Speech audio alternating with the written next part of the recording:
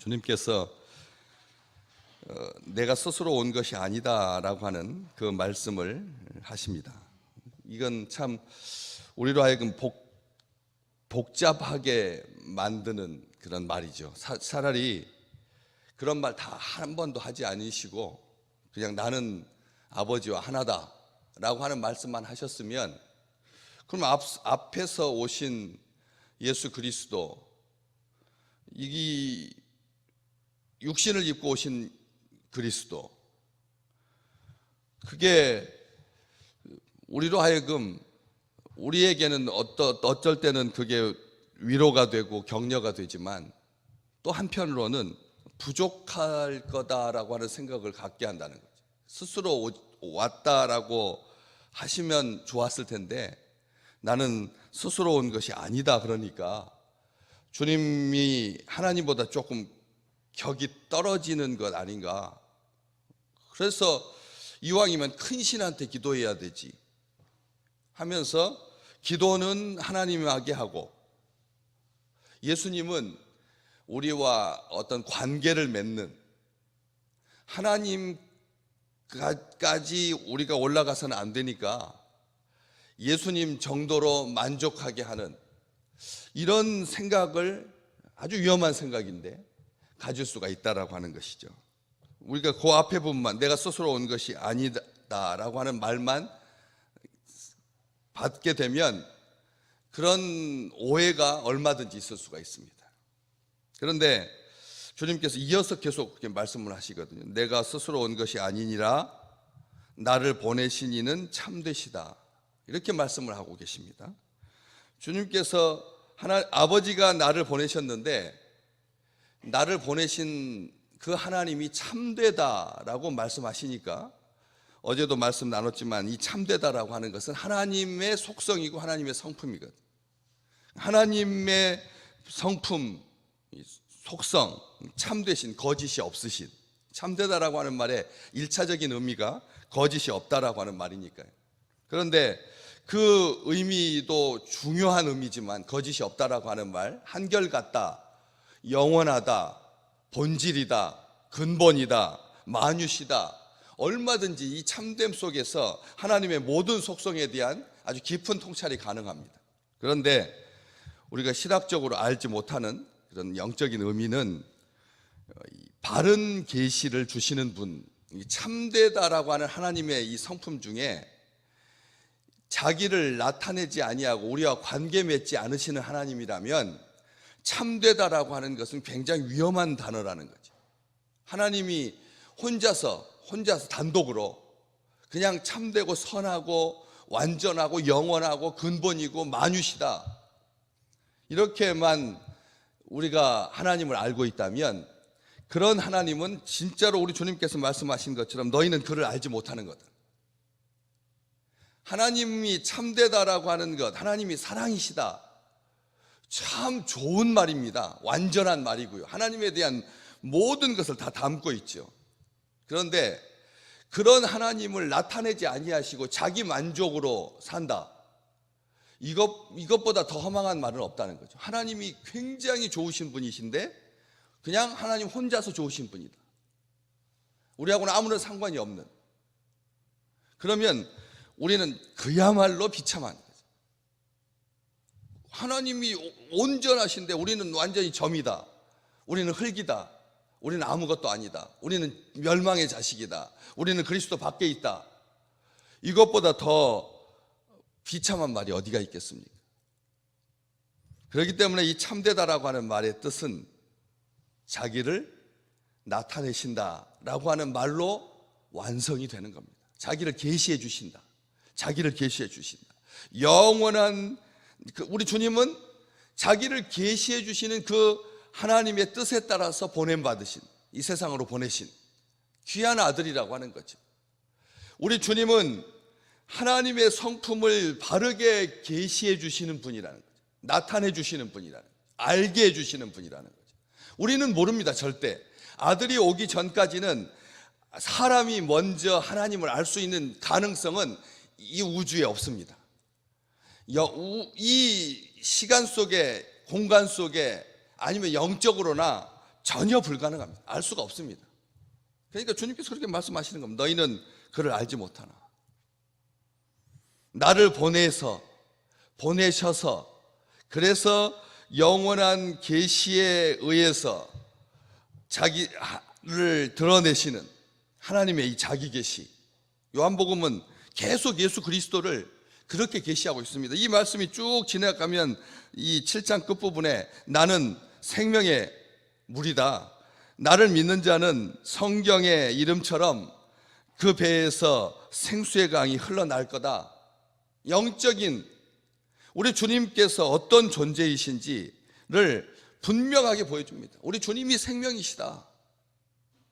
아들을 보내셔서 자기를 계시하고 계시는, 자기를 나타내시는, 자기를 알게 하시는 그런 하나님, 이게 참된 하나님이시라는 거죠.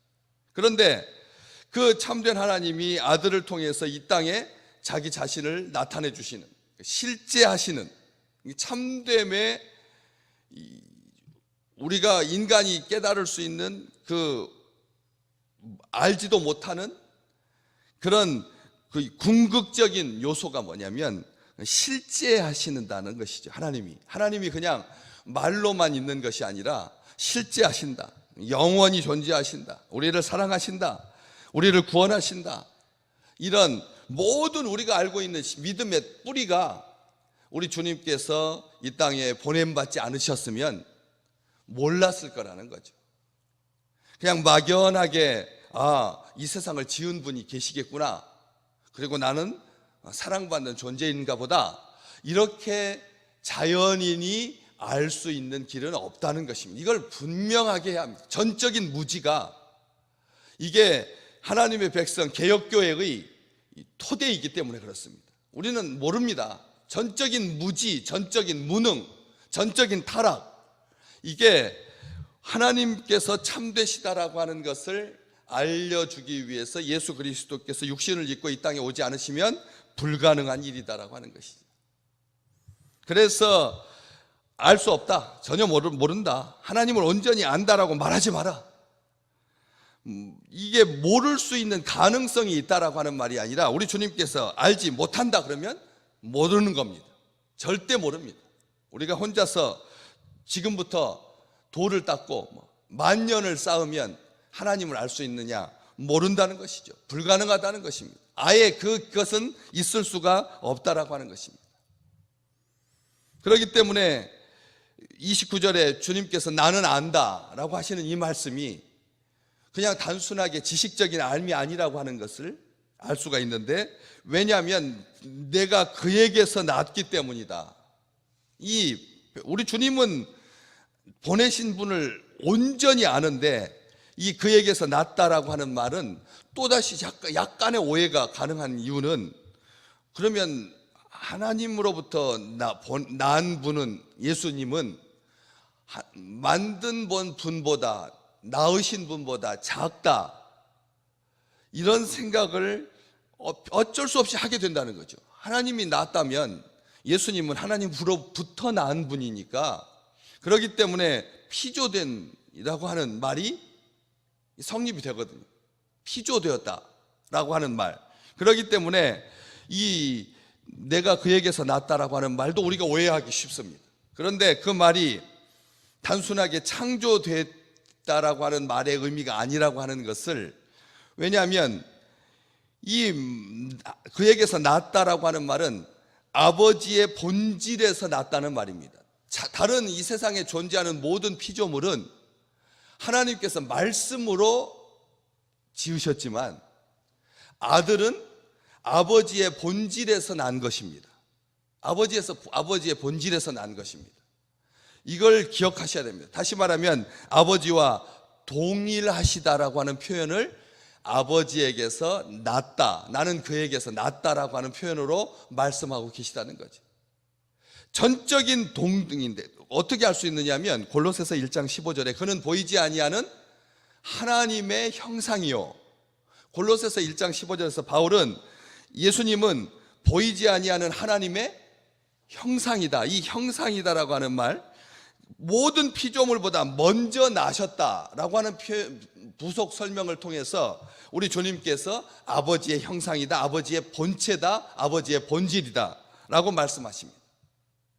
그 골로새서 1장 15절 16절에 만물이 그에게서 창조되었다 함으로 피조물과 우리 주님을 분명하게 구별하고 있습니다. 17절에서도 그가 만물보다 먼저 계시고 이렇게 말씀하고 있습니다. 그래서 만물이 그와 함께 그 안에 서 있다, 이런 표현을 쓰고 있는 것입니다. 우리 주님은 하나님이십니다.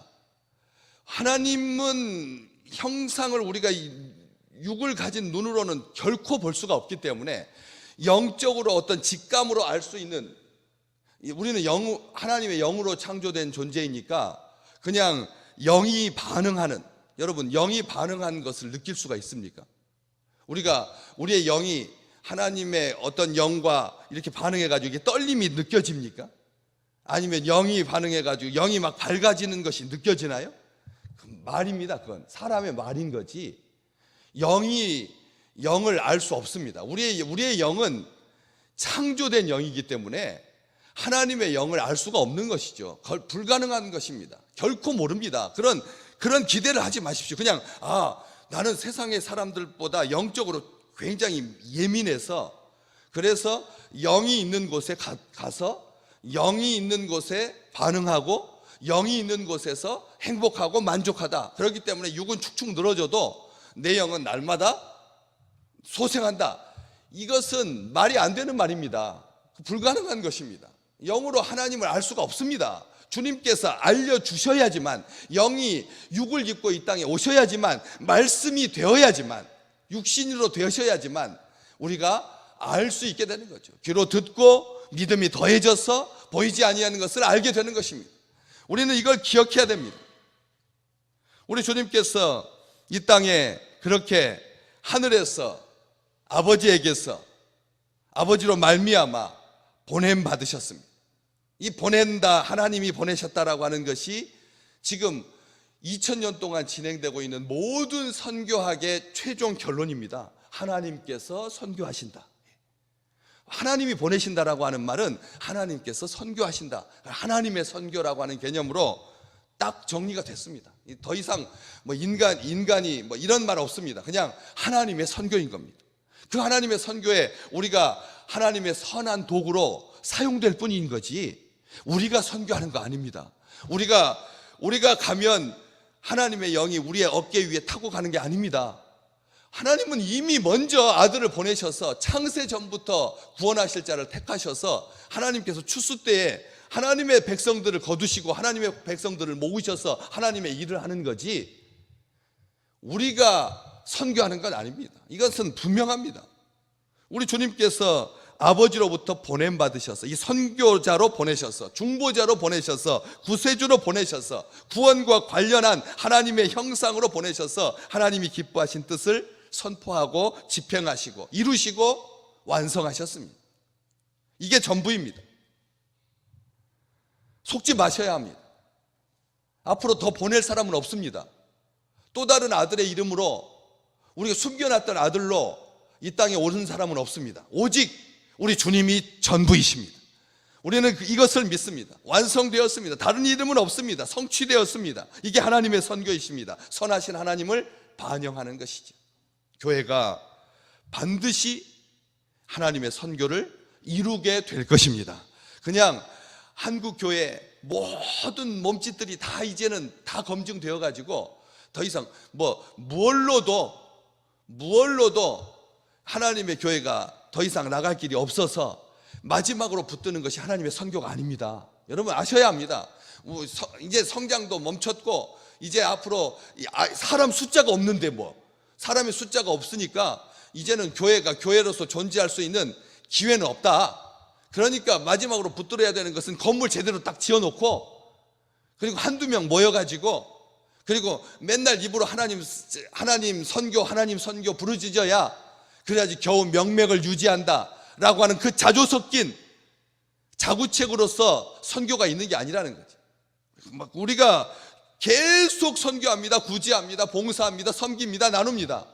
이것은 처음부터 아들을 보내신 하나님의 뜻이고 하나님께서 가장 기뻐하시는 일이기 때문에 하는 거지, 우리가 할 수 있는 모든 수단이 다 떨어졌기 때문에 어쩔 수 없이 붙드는 게 아니다라고 하는 것을 이 말씀을 통해서 우리에게 분명하게 말씀해 주고 계시는 것입니다. 오늘 또 우리가 나서는 이 세상은 하나님께서 보내신 곳입니다. 하나님께서 가라시는 곳으로 우리는 갑니다. 우리가 있는 그 장소에서 하나님께서 역사하십니다. 그래서 하나님께서 일하심을 기쁘게 바라볼 수 있는, 그렇게 기쁘게 찬송할 수 있는 감사가 넘치는 하루가 되시기를 주님의 이름으로 축복합니다.